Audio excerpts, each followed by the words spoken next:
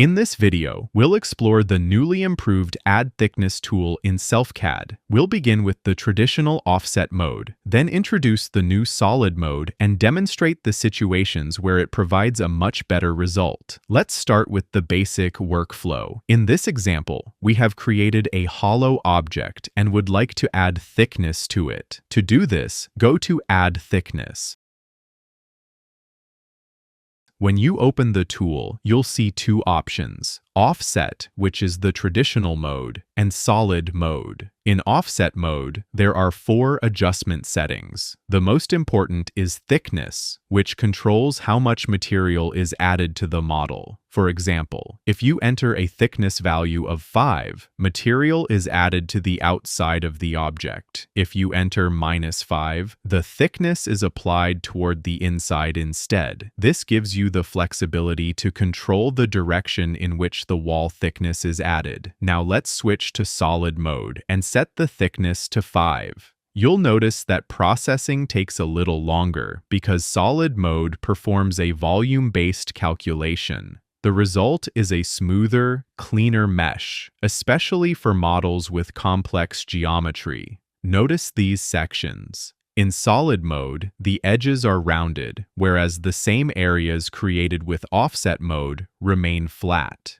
For most simple models, Offset mode is the faster and recommended choice. However, when you're working with complex or highly detailed geometry, Solid mode produces much better results. Let's look at an example where Solid mode really shines. We'll begin by creating a circle with 8 sides.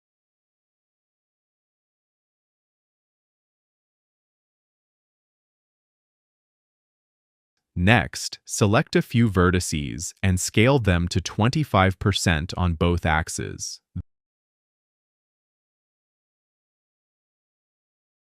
This creates a small star-shaped profile. Now extrude the shape and convert it into a mesh. Next, delete the top face. To make it resemble a cookie cutter, delete the bottom face as well. Now return to Add Thickness and set the thickness to 1, with the direction set to the outside.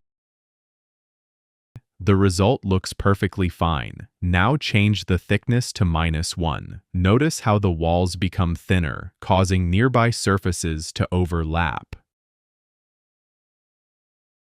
If we increase the thickness to 5, the problem becomes much more obvious. The walls intersect with one another, producing overlapping geometry and an invalid mesh. This is exactly the type of situation that Solid mode was designed to solve. Switch to Solid mode and set the thickness to 5. Although it takes a little longer to process, look at the result. Instead of creating overlapping surfaces, Solid mode rebuilds the model into a single, continuous volume. The mesh is completely manifold, and the intersecting sections have been merged together while maintaining smooth transitions. Let's verify this. Delete one of these faces.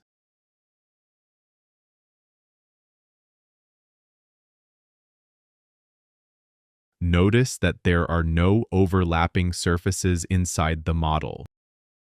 Delete another face.